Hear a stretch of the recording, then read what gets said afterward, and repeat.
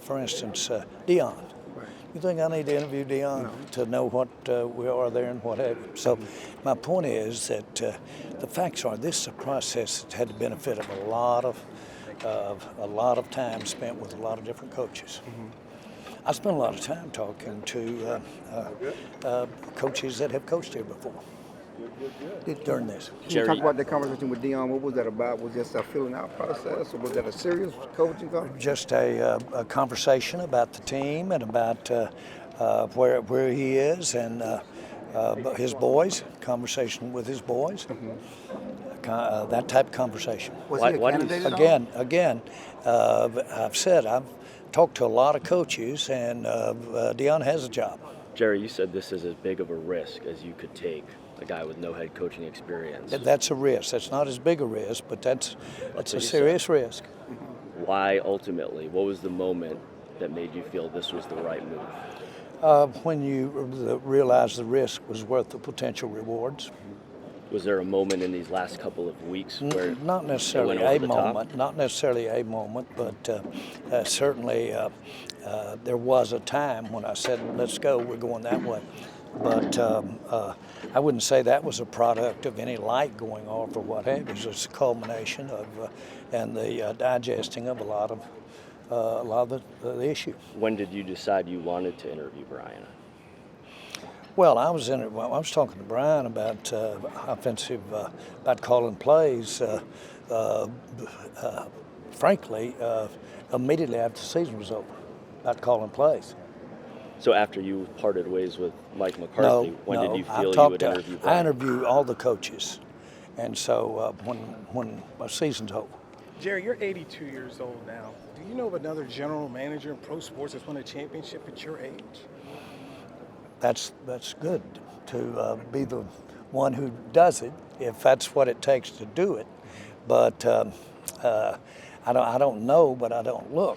But I've taken more serious, tangible risks in the last 5 years than I've ever taken in my life, including the buying of the Dallas Cowboys. So risk taking is a part of it. And as far as capability of decisions or energy, I'm leaving to go to the Senior Bowl. I'll be at the Combine. That's me flying in a helicopter, going down, looking at wells being drilled. That's me walking around this building out here. I'm a busy boy. But for 29 years, that success, you haven't been able to get back there. Well, but that's not the ability to have the success. I know the demarcation point between when I've had success, and I know that the next pick, if you're out there mining for gold in San Francisco back to 49ers or something like that, I know the next pick could be the gold strike. But your fans are mad at you right now, you know. Well, I understand that, and I'm mad at me right now, but that's not the issue. Is what are we going to do about it? Why are you mad at you? I'm the best man to do something about it. So that's the way it goes. When you do and live the life I live, you change the mirror. Your question should be, how many times have you changed your course? How many times have you done differently in your life for meaningful things? And the answer would be, it's a habit of doing things differently. That's what you do. When you basically work for yourself, you've got to change. There's no joy in Mudville if you're not in the mirror. There's no joy. Of what you're doing and what you're motivated by is get to be a part of, in this particular case, championship. Get to be a part of it. The hardest thing about success is being around to enjoy it. That covers a lot of ground. Why are you mad at you? What? Why are you mad at you? Oh, I stay. I can, on the dime, I can get frustrated with decisions that I've made, second guessing. I do that all the time. I've done it all my life. Jerry, has there been any conversations with Jason Witten? There have been, but let's just leave it at that. Jerry, had your conversation with Pete Carroll? Now, you're talking about within the last month. Whenever. I've had a lot of conversations with Jason Witten. But I'm not, I understand. Yeah, and on the staff. well, but let's finish the question. The answer is no. Okay. Jerry, how did your conversation with Pete Carroll further vindicate your decision to move forward with Brian? What did he share about his experience? Well, I got a good chance to really refresh my memory of his philosophy and his approach to coaching. And so I know that Schotty takes a lot from his approach to coaching. So for a fact, so that to a degree, every time that Pete would be a proponent of this or that, but you know that Schotty's got some of that. Why not? A lot of fans are frustrated. Why not interview a Ben Johnson or Aaron Glenn or some of those guys? Why would you not exhaust the process with some of these guys that everybody thinks are a great head coach? Well, because I have one that is very capable in those skills that those players you just mentioned. He's got those skills, okay? He's done that.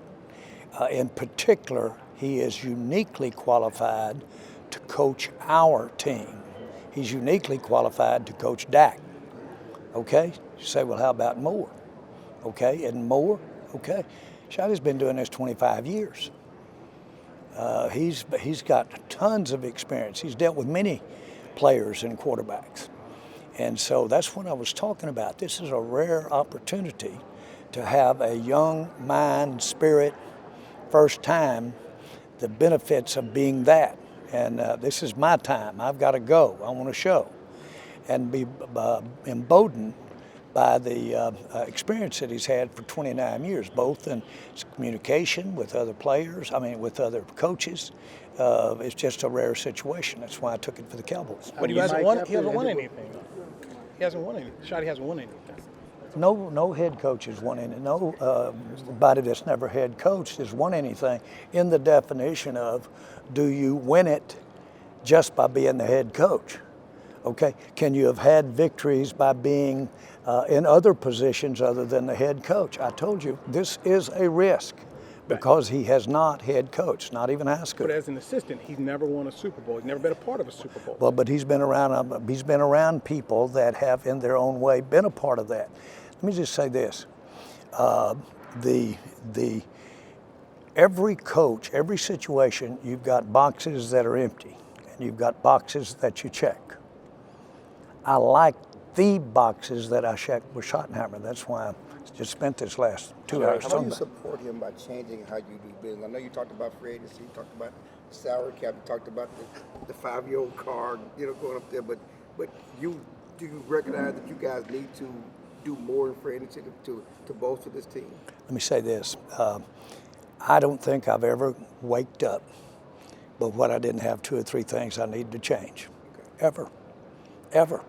And I'm very accustomed to jumping in the fire. Very accustomed. I do better in hard times. And so the answer is an answer to anybody that whether or not you're a risk taker, seriously, if you do some checking, you'll see that I've probably risked more financially in the last 5 years than I've ever risked my whole life put together. And so there's no reluctance here to take a risk, and this does have risk. There's no question about it. It has risk. But I like in taking the risk, I want to ride this horse. Jerry, how much time did you spend discussing Brian with Dak Prescott, and what did he express about the possibility of this hire? Did not discuss this hire, this head coach hire with Dak Prescott. Jerry, you talked a couple of times about deference and how you noticed that Schotty would defer in some times, and Stephen mentioned that deference as well. Yeah. I'm curious, what assurances would you give to Cowboys fans that now he has this voice as the head coach, that he won't have to show that deference to you or to Stephen, and he can be his own man and speak up? Well, first of all, I've been around a lot of my life when I took the best and used it for the benefit of your success. So I have done that. I've done it both ways. And I've said no and I've said yes. And that's what I'm motivated. I've got a lot at stake. I've got a genuine interest in the happiness of our fans. I think we all acknowledge that I do, that I have it. I have a keen interest in having the kind of success that we're specifically talking about, and that's going to the playoffs and winning. So all of that is alive and well, and there is change. There is change. But Mike did some good things, but there'll be some changes in all there. Jerry, Things ended with Mike. Specifically, they'll Yeah. address specific things such as calls, defense, practices, but they will be adjustments more often than not, rather than dramatic changes. When things ended with Mike, how soon were you thinking about Schottenheimer, or did it just, was he at the top of the list when you said, okay, we're done with Mike, let's talk to Schotty? How did that occur? Let's put it like this. I was thinking about Schottenheimer all the time. I was talking with Mike as to our offense and what we did on offense. It was, all the time. And as we evolved, as you got more, I did get more investigative, more looking into the idea of him being head coach. Jerry, you made it clear that you're aware what's coming from frustration national, what people are saying. One of the latest things to kind of get traction, Michael Irvin's comments about this is becoming not America's team. What would your comments be to that? Okay. I've had comments that make that look like child's play. That would bother me. Okay, that goes with the territory. It just goes with the territory. Whether it's a former player, I think the world of Michael Irvin. Everybody knows that. But that's good. Michael and I both enjoy together having a lot of heavy criticism. Jerry, when you see this type, when you Put see the this, staff together, as he So he's not adverse from it either. So that goes with it, man. As he puts the staff together, is there a possibility Witten could join his staff? What? As he puts the staff together, is there a possibility Witten could join his staff? I'm not going to address staff today, and certainly Jason is an outstanding coach. During your conversation with Micah at the Cotton Bowl, what did you guys get out of that conversation, you and Micah Parsons? It was more about his going forward and his leadership, and how big a thing that is with his really unique contribution that he makes with his talent and on the field, and that he's just by where he is, he's got a chance to really lead here. Did he give you assurance that he's going to be here for OTAs and off What? season? Did he give you assurance that he's going to be here for OTAs and off season and stuff like that? We didn't even talk about that. You mentioned Schottenheimer calling plays and how that was something you wanted to see. Is that something that is going to be a possibility going forward, no matter who the offensive coordinator is? He'll be calling plays. Jerry, when you see the negative reaction of the last few days from the fans, how does that make you feel? And when you think about the emotions you had when you stepped up to this podium today, what were they? I went to school on negative comments from the fans. Go back and look at when we first got involved with the Cowboys. And just like the game itself, there's a very low percentage of this that is smiles and glory holes. Very low percentage of it. Most of it is football itself is absolutely work, pain. It's just you endure it. When I first got the team, at a time that what got me through that was just the thrill of being involved in the NFL and the thrill and the future look at being involved with the Dallas Cowboys. I'm doing the very same thing right now, and I don't need as much of it because this is child's play compared to the way it was in those years. Does it feel like a me against the world type of moment? Not really, because it's obviously not me. It's this team. It's what we've got a show to do.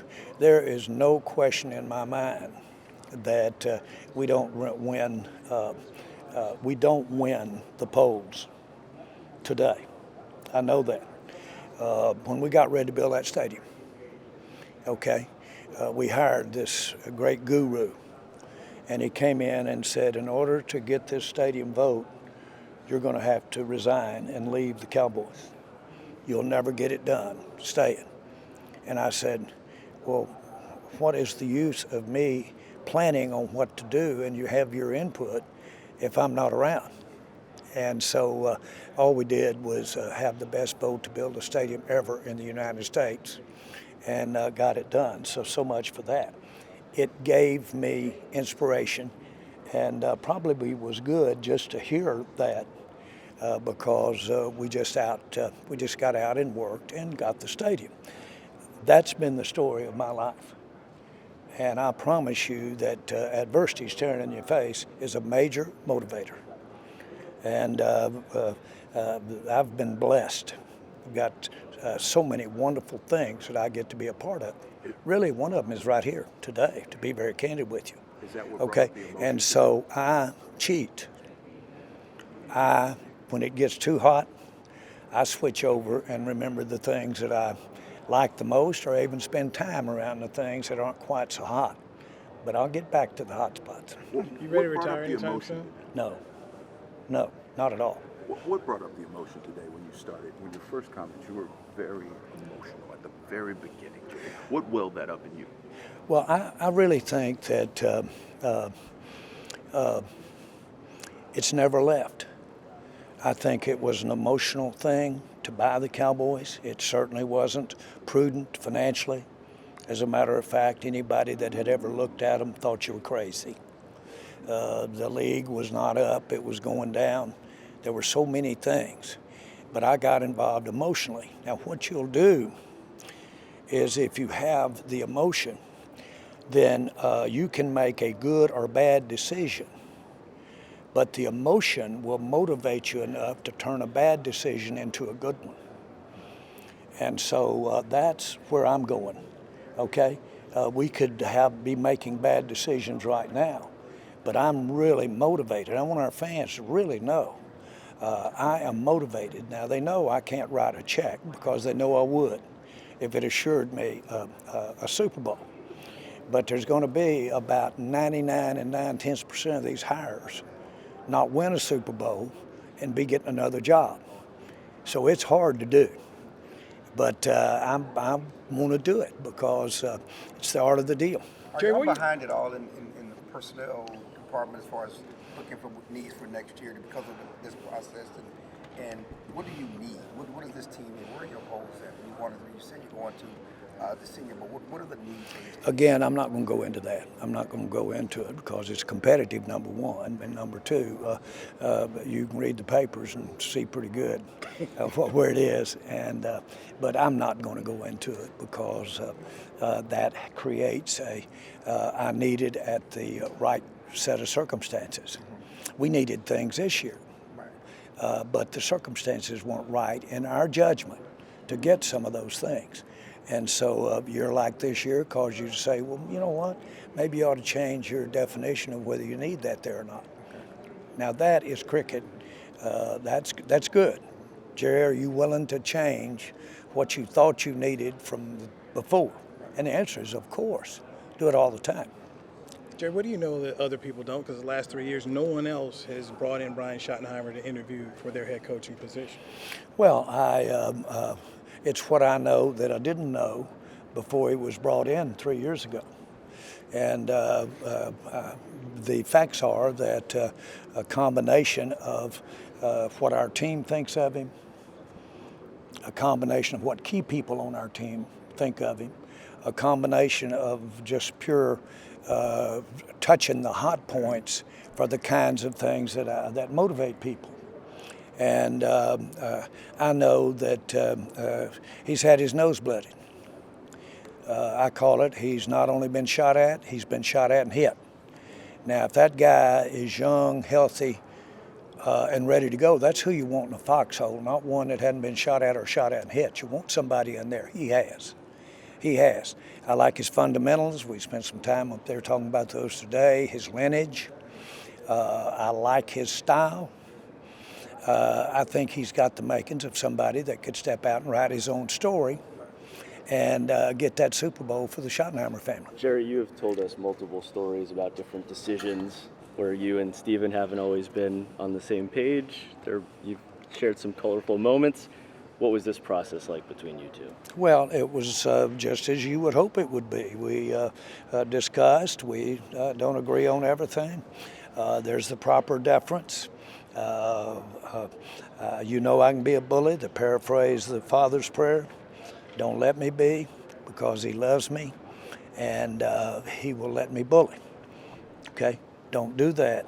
Don't do that. And so the point is that we have a good working relationship. A lot of people I talk to will tell you that one of the things that is pretty impressive is that the world knows how hard it is for families to work together. Okay, well then how does that work? And so believe you me, we aren't where we are today if, as it turns out, my 3 children hadn't thought of the ideas and executed on them in so many ways. And so this is their show too. You spoke after the finale about how you had originally bought this team for yourself, not for your kids. But how do you think about a future of the Cowboys beyond yourself and how ready your kids are to carry that forward? Well, first of all, as far as legacy, or not legacy, that sounds storied. As far as operational, I'm as content if I got hit by a car tomorrow that the management of the future has been prepared, been through it, had their ups and downs, certainly had some success, and certainly had their share of failure. I'm prepared for all of that. I'm fortunate that my family has that right there. But what is important to me, as much as anything, is, and should be to our fans, is how we're operating right now. And I do get serious input that can be opposite from what I'm thinking. One quick story. I was evaluating buying the Cowboys. We'd been there 3 weeks. I had a room full of accountants and attorneys. Stephen was in the room. And so I step out of the room one afternoon, and the owner that we were in his office that owned the Cowboys at the time waved me in. And he said, Jerry, my clock's ticking. I want you to go home tonight and tell me you're going to buy, or whether or not you're going to buy the Cowboys. Go home tonight, or otherwise I'm moving on. Well, I went in and I said, well, Mr. Bright, we've got a lot of work to do. I went in, and my advisors and everybody laughed. They said, are you serious? They said, first of all, we think you're going to be in court 10 years because there's a lot of dangling participles here, a lot. Secondly, we haven't even gotten our hands around some of the major issues. What I think you could end up doing is take your life's financial and have it tied up in for years, and not even be able to pick the coach. Don't be ridiculous. I went home, didn't sleep good, got up the next morning, thought about it, reached over there, and there was a piece of paper on the desk, and I put $150 million on it. Stuck it in my pocket, went in. Sure enough, when I got to the office, Mr. Bright waves me in there, and he said, you think about what I said last night? I flipped that piece of paper out there, and he looked at it, stood up and shook my hand and said, you just own the Dallas Cowboys. Okay, well, make no mistake about it, I'd burn a hole in the specific Dallas Cowboys. But what I didn't need to check is how bad and how many years and how much of my life that I'd want to get in that spot. And so I did a bad business deal, but I did a passion deal. And the passion let us take a bad business deal and turn it into what we are here today, the Dallas Cowboys as it sits today. And so if you think for 1 minute, you can add it up. If you think for 1 minute, you can look at Proverbs, look at all that stuff. It doesn't go like that. I know because I really screwed up. I've just had instincts, and I had a life of passion. I really screwed up. I wrote $150 million on a piece of paper, and just walked in against all advisors, against everybody, and bought the Dallas Cowboys. So I know that you say, well, that's illogical, that's not anything. No, I'd been driving along for 20 years watching Lamar, Kansas City play in a Super Bowl and prayed that I could, God, what a life. What would it be like to be with something like that? Okay? Schottenheimer in his own way has been doing some of that. Okay? Now, you say, well, Jerry, a lot of people dream and daydream and what have you. Well, this one's been coaching in this league for over 20 years. This one was raised by a great coach himself. I like it. I'm going with it. All right, he's got to get out of here. He's got to get upstairs. Okay, guys. Thank you for your time.